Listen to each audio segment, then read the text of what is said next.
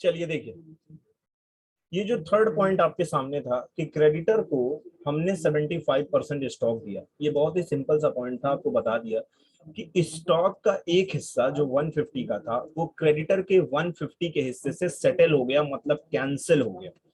हमारे पास जो क्रेडिटर बच गए वो 60,000 के क्रेडिटर बचे, और इस 60,000 के पेमेंट करने के रिगार्डिंग कोई इंफॉर्मेशन पूरे क्वेश्चन में नहीं गिवन।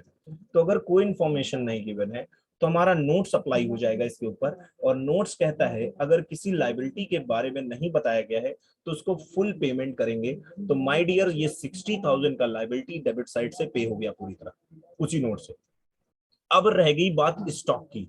तो ये स्टॉक जो 50,000 का बचा, ये स्टॉक के बारे में कहीं पर पूरे क्वेश्चन में नहीं बताया कि रिमेनिंग स्टॉक कितने में बिका। तो मैंने एक नोट्स आपको लिखवाया था कि रिमेनिंग स्टॉक कितने का बिका, उसके लिए आप नील मानिए, ये लिखवा रखा है मैंने आपको कि अगर कोई रियलाइजेशन ऑफ एसेट के रिगार्डिंग कोई इंफॉर्मेशन नहीं है,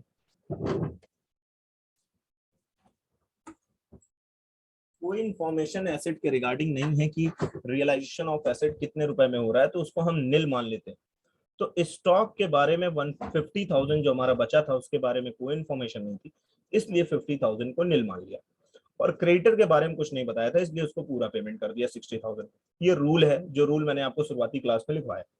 दूसरी रह गई बात रियलाइजेशन एक्सपेंस 1000 की। तो ये जो 1000 का रियलाइजेशन एक्सपेंस था, ये पेमेंट साइड है, इसलिए डेबिट साइड में रिकॉर्ड की जा रही है 1000 से। ठीक, अभी और कोई पॉइंट बचा? और कोई भी पॉइंट नहीं बचा है, केवल एक पॉइंट बचा हुआ है, as loan were paid off with interest 6 months के इंटरेस्ट के साथ पे हो रहा है। बहुत अच्छा क्वेश्चन है, इंपॉर्टेंट मार्क करिए। एज लोन जो पे हो रहा है वो 6 मंथ्स के इंटरेस्ट के साथ पे हो रहा है। तो ये देखिए 12% है, ये 12% का इंटरेस्ट है। तो इसको पेमेंट करने के लिए हमको कैलकुलेशन करनी पड़ेगी। तो ए का लोन है, ए का लोन कितने का है सर? 50,000। 50,000 का 12% निकालिए इंटरेस्ट, और कितने महीने का? 6 महीने का। ऐसा मैं नहीं कह रहा हूँ, ऐसा क्वेश्चन कह रहा है कि ए का लोन जो पेमेंट होगा वो विद इंटरेस्ट फॉर 6 मंथ, 6 महीने के इंटरेस्ट के साथ पे होगा। तो 6 महीने का इंटरेस्ट निकालिए, 0 से 0 कैंसिल हो गया, 12 से 12 कैंसिल हो गया, तो 5 6 ये बचा 3000, ये बचा आपका 3000। आगे बात समझ में? तो 3000 का आपका इंटरेस्ट आया। अब पेमेंट टू एज लोन कितना करोगे? पेमेंट टू एज लोन कितना करोगे सर? 50,000 लोन अमाउंट पे करेंगे और 3,000 रुपए का इंटरेस्ट पे करेंगे। इस प्रकार से मैं ए को 53,000 रुपीज का पेमेंट मारूंगा। ए को कितना पेमेंट करूंगा? 53,000। आ रही है बात समझ में? भाई 50,000 लोन था, 12% इंटरेस्ट क्वेश्चन में गिवन था, 6 महीने का इंटरेस्ट निकाला, 3,000 रुपए आया। क्वेश्चन ने कहा ए का लोन जो आपको पे करना है साहब, वो आप पे करेंगे 53,000 पर। कितने पर पे करेंगे? 53,000 पर विद इंटरेस्ट। तो 50 + 3 कितना हो गया? 53। ठीक, अब ये भी पॉइंट हम लोग ने हैंडल कर लिया, ये भी पॉइंट हो गया कंप्लीट। लेकिन इसकी पोस्टिंग किस प्रकार की जाए, तो इसकी पोस्टिंग थोड़ी सी इंपॉर्टेंट है, उसको ध्यान से देखिएगा। यहाँ तक बात बराबर से समझ में आ रही? पहले इसको आउटर पर ले ले, ये आ गया 240, ये आ गया 180, आउटर पे ले लो, ये आ गया 144, ये आ गया 61,000। यहाँ तक बात समझ में आ गई? कोई दिक्कत नहीं। एक एसेट एक लाइबिलिटी से सेटल होती है, वो भी आपको सिखाया है। एक एसेट एक लाइबिलिटी से अगर सेटल हो रही है तो ना लाइबिलिटी को पेमेंट करने की एंट्री लगाइएगा, ना एसेट को बेचने की एंट्री लगाइएगा, जितने की वो सेटल हो रही हैं बस ट्रांसफर करके छोड़ दी जाती है। अब देखिए यहाँ पर समस्या फंसी हुई है। यहाँ पर समस्या क्या फंसी? यहाँ पर समस्या ये फंसी कि भाई 50,000 का लोन है और आपको पेमेंट कितना करना है? टू बैंक से आप पेमेंट कितना करोगे? 50 करोगे या 53? सर 53 करेंगे। कितना करेंगे? 53। अब यहाँ पर आप 53 कैसे लाए? ये आपको मैंने बताया कैसे आया। 50,000 प्लस इंटरेस्ट 3,000 रुपए, ये जुड़ गया, 53,000 आ गया। यहाँ तक बात समझ में आ रही? लेकिन दोनों साइड बराबर नहीं होगा। अब तो बड़ी बवाल है, अब तो बहुत बुरी तरह फंस गए, बहुत बुरी तरह हम लोग ने यहाँ पर फंस गए हैं। तो देखिए इस फंसने का निदान समझिएगा ध्यान से। अगर कोई लोन 50,000 का है और आप उसको 53,000 पे कर रहे हैं, तो आप सोचिए आप ज्यादा पे कर रहे हैं, कम पे कर रहे हैं? तो सर हम ज्यादा पे कर रहे हैं। तो जब आप ज्यादा पे कर रहे हो तो बेटा आपको लॉस हो रहा है ना, ये 53,000 आएगा, ये भी टोटल 53,000 आएगा, यहाँ पर 3,000 बचेगा, यहाँ पर 3,000 बचेगा, और ये 3,000 आप किसी को ज्यादा पेमेंट कर रहे हो, इसलिए लॉस आएगा। क्या आएगा? ये लॉस आएगा, जो कि रियलाइजेशन अकाउंट में जाना चाहिए। जो कहाँ जाना चाहिए? रियलाइजेशन अकाउंट में ट्रांसफर करना चाहिए। एक तरीके से ये लॉस है। तो इस अकाउंट से जब ये निकलेगा तो इस अकाउंट में ट्रांसफर होगा, डेबिट साइड, यहाँ पर आ जाएगा टू एज लोन के नाम से, और एज लोन के नाम से ये आएगा 3,000। बेसिकली ये हम लॉस बुक कर रहे हैं, हमारा लॉस आ रहा है। यही अपोजिट होता तो दूसरी तरफ चला जाता। इतने से हमारा रियलाइजेशन लॉस चंप कर जाएगा, इतने से हमारा रियलाइजेशन लॉस बढ़ जाएगा। आप अकाउंट को बैलेंस नहीं कर पाएंगे, एक लोन अकाउंट को। 50,000 के बदले में आपने 53,000 का पेमेंट किया है। 3,000 का एक्सेस पेमेंट करने का मतलब है आपको 3,000 का नुकसान हो रहा है, और वो 3,000 का नुकसान कहीं ना कहीं रियलाइजेशन नुकसान है, और वो रियलाइजेशन नुकसान रियलाइजेशन अकाउंट में ट्रांसफर कर दीजिए, जिससे जिससे क्या होगा, जिससे क्या होगा वो समझिए। जब आप रियलाइजेशन का लॉस निकालेंगे तो वो आपके लॉस को 3,000 से बढ़ा देगा, ऑटोमेटिक बढ़ा देगा। नहीं समझे मेरी बात? दोबारा समझिए। 50,000 का पेमेंट आपने 53,000 पेमेंट किया, 3,000 एक्स्ट्रा पेमेंट किया, जिसकी वजह से आपको 3,000 का नुकसान हुआ। 3,000 का नुकसान कहीं ना कहीं रियलाइजेशन का लॉस है, और ये जो रियलाइजेशन का लॉस है, ये आपके रियलाइजेशन लॉस को बढ़ाना चाहिए। तो रियलाइजेशन लॉस को बढ़ाने के लिए आपको डेबिट साइड ट्रांसफर करना होगा, क्योंकि एक अकाउंट से निकाल के दूसरे अकाउंट में पोस्ट कर रहे हैं, तो बट ऑब्वियस से क्रॉस पोस्ट होगा, तो दूसरे साइड वो क्रॉस पोस्ट हो रहा है एज लोन के नाम पे। अब जब आप रियलाइजेशन का लॉस निकालेंगे माय डियर, तो आप ऑटोमेटिक देखेंगे कि आपका रियलाइजेशन लॉस 3,000 से बढ़ के आएगा। आइए वो भी करके आपको दिखाते हैं। तो चलिए डेबिट क्रेडिट टोटल करना शुरू कीजिए। टोटल कीजिए। ये हो गया 180, 2 lakhs, 426, 617, 750, 750, 8 lakhs, 9 lakhs, 930, 930 plus 60, 930 plus 60 हो गया 990, 991, 994। तो डेबिट साइड का टोटल आ गया 994। डेबिट साइड का आपका टोटल आ गया 994। इसमें 3,000 ऑलरेडी इंक्लूडेड है। अब इस तरीके से इसको जोड़िए, 210 प्लस 10, 220, 220 प्लस 240 हो गया ये आपका 440, 460, 460, 460 प्लस 180, 460 प्लस 40 होता है आपका 5 लाख, 6 लाख, 640, 640 प्लस 1 लाख, 640 प्लस 1 लाख हो गया 740, 740 प्लस 40, 780, 784, 784। तो ये आ गया बच्चों आपका 784। अब आप देखिए क्रेडिट साइड का टोटल 784 है, एंड डेबिट साइड का टोटल आपका 994 है। जरा निकालिए कितना आएगा। तो 994 माइनस 784, ये आपका आ गया 2,10,000। जो देखिए ये मैच कर गया, रियलाइजेशन लॉस 2,10,000। ये आ गया by realisation loss, by loss on realisation, realisation 2,10,000। अब आप ये बात मानते हैं कि इस 2,10,000 में कहीं ना कहीं एक हिस्सा, ये 3,000 का, ऑटोमेटिक इंक्लूडेड होगा। अरे भाई, अगर ये 3,000 इसमें जुड़ा हुआ है इस 994 में, तो इसमें घटने के बाद जो फिगर आई होगी, उस फिगर में ऑटोमेटिक 3,000 जुड़ा होगा। बिल्कुल सर, उसमें जुड़ा होगा। तो क्या होगा ऑटोमेटिक, कि जो 3,000 का रियलाइजेशन लॉस था वो ऑटोमेटिक इस रियलाइजेशन लॉस के अंदर आ गया, जो ए और बी में आपस में डिस्ट्रीब्यूट हो जाएगा। जो ए और बी में क्या हो जाएगा, डिस्ट्रीब्यूट हो जाएगा। तो 3 से इसको डिवाइड कर दीजिए। 3 से जब आप इसको डिवाइड करेंगे तो 7 3 जा 21, मतलब 7 2 जा 40, एंड ये 70,000।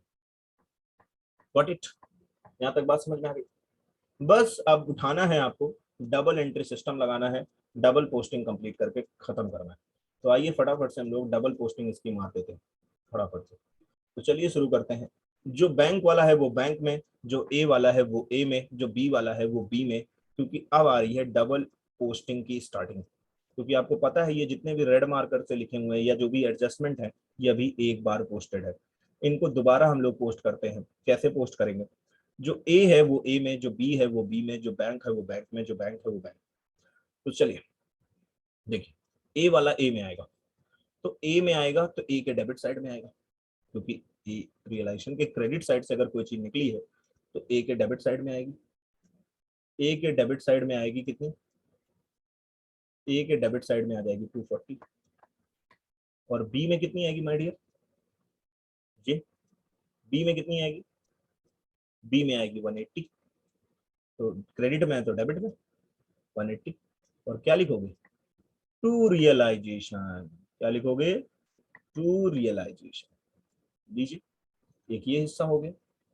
उसके बाद ये देखिए बैंक लिखा हुआ है 144, तो ये बैंक में आ जाएगा डेबिट साइड में, टू रियलाइजेशन डेबिट साइड में, टू रियलाइजेशन 144। उसके बाद ये देखिए 140 एंड 70 लॉस ऑन रियलाइजेशन, ए और बी में लिखा हुआ है, तो ए और बी में आ जाएगा realisation loss, to loss on realisation. जब पोस्टिंग मैंने, जब मैं उसको करवा रहा था पिछली क्लास, तो उसमें बहुत प्यार से बहुत अच्छे से समझाया, ठीक है, बस वही काम यहाँ पर फिर से दोबारा रिपीट हो रहा है, तो बार बार वही रिपीटेशन हो रहा है, बस एडजस्टमेंट को ट्रीटमेंट नया सिखाया है, बाकी सब पोस्टिंग वोस्टिंग वही पुरानी है। तो इधर के सभी चीजें पोस्ट हो गई 2 बार, अब इधर की बची। ये देखिए बैंक लिखा हुआ है 61,000, तो ये बैंक के क्रेडिट साइड में चला जाएगा क्योंकि डेबिट में पड़ा हुआ है, तो बैंक के क्रेडिट साइड आएगा बाई रियलाइजेशन, बाई रियलाइजेशन के नाम से कितना 61,000। और कुछ दिख रहा है, बिल्कुल सर दिख रहा है, ये एज लोन लिखा हुआ है, ये एज लोन में आएगा, ये देखिए एज लोन में ऑलरेडी वो पड़ा हुआ है 3,000। अब ये देखिए ये बैंक लिखा हुआ है 53,000, ये बैंक में आ जाएगा क्रेडिट साइड, ये बैंक में आ जाएगा credit side by as loan 53,000। हो गई पोस्टिंग कंप्लीट। कोई ऐसा आइटम जो डबल एंट्री जिसकी ना हुई हो, इसकी डबल एंट्री हो गई, इसकी डबल एंट्री हो गई, इसकी भी हो गई, इसकी भी हो गई, इसकी भी हो गई, और इसकी भी हो गई, और इवन इसकी भी डबल एंट्री हो गई। तो जितनी चीज थी सबकी डबल एंट्री कंप्लीट कर ली, बस अब मैच करवाना बाकी।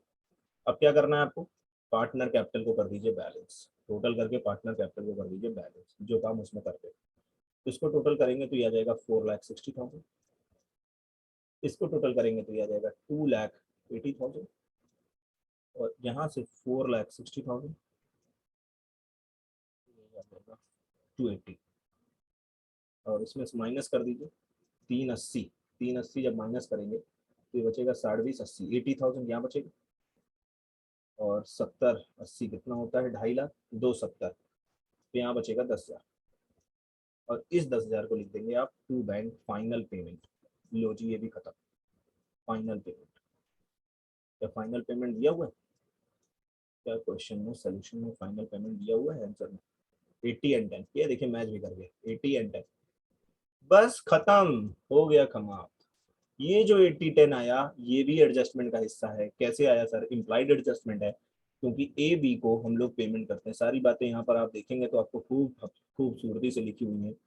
If there is partner loan वगैरह ना, और यहाँ देखिए all adjustment posted at least 2 time. इसके बाद क्या करना है, पार्टनर अकाउंट को बैलेंस करना है, डेबिट साइड आता है तो क्या होगा, क्रेडिट साइड आता है तो क्या होगा, रिपीटेड 2 टाइम। मैंने 2 बार कहा था इस क्वेश्चन को लगाने के लिए, अगर लगाए होंगे तो बहुत आराम से समझ में आ रहा है। जो बच्चे नहीं लगाए होंगे उनके लिए थोड़ा थोड़ा नया लग रहा होगा, सर ये क्या कर रहे हो, इतना सारा हौच पौच, इतना सारा हौच पौच। अगर वो 2 बार लगाए होंगे, या आज भी समय है, उसी क्वेश्चन को 2 बार वीडियो देख कर रिपीट कर दीजिए, आपको पोस्टिंग में कोई दिक्कत नहीं आएगी। बस ये बैंक आ गया, इस बैंक को उठा के यहाँ पर पोस्ट कर देना है, क्योंकि ये पेमेंट है हमारी by S capital and by बीस कैपिटल, और ये हमारा बैंक अकाउंट मैच कर जाएगा। अब बैंक अकाउंट को मैच करने से कोई नहीं रोक सकता। यहाँ पर 80,000 और यहाँ पर 10,000, ये पेमेंट है ए और बी की। टोटल करिए कितना आएगा, 160, ये आ जाएगा 2,04,000, और इसको टोटल करिए 80 90, 3 1 4, 6 5 11, 90 2 10, 2,04,000। 80 90 ये हो गया, 9 5 9 6 15, 15 5 20, ठीक है 2,04,000। और ये देखिए टोटल दोनों साइड का मैच है। जब बैंक अकाउंट का टोटल मैच होता है वही पूरी तरह एक्यूरेसी को बताता है। अब जिन बच्चों को थोड़ी बहुत दिक्कत हो रही है उनके लिए मैं निदान बता देता हूँ कि आप इसी क्वेश्चन को 2 बार वीडियो देख के लगा लीजिए, आपको पोस्टिंग समझ में आ जाएगी, फिर आगे की बुद्धि लगाइएगा। इस क्वेश्चन को 2 बार लगाइए, फिर उसके बाद 2 क्वेश्चन, ये 2 बार लगाने के बाद मैंने 6 तक लगवाया है, आप 4 एंड 5, 4 एंड 5, 3 4 एंड 5 होमवर्क में ले लीजिए। ये हो गया आपको क्वेश्चन नंबर 3 4 5, ये आपका होमवर्क में जा रहा है। और साथ में जो हमारा क्वेश्चन था, जो मेरा एग्जाम्पल था, अगर आपने नहीं लगाया है तो उसको सबसे पहले फर्स्ट प्रायोरिटी पे रखते हुए एग्जाम्पल को 2 टाइम्स रिपीट कीजिए, बस इतना काम कीजिए। और फिर क्वेश्चन नंबर 6 को भी लगाइए। तो 4 से 6 क्वेश्चन होमवर्क में आराम से लगाइए, कोई दिक्कत नहीं। अभी आगे और प्रैक्टिस करवाऊंगा, अभी 6 तक लगाया हूँ, आगे और बढ़ूंगा और एडजस्टमेंट सिखाऊंगा, धीरे धीरे ऐसे ही समाप्त हो जाएगा। तो चलिए फिर आज के लिए इतना ही, मिलते हैं नेक्स्ट क्लास में। Bye bye, take care, good night.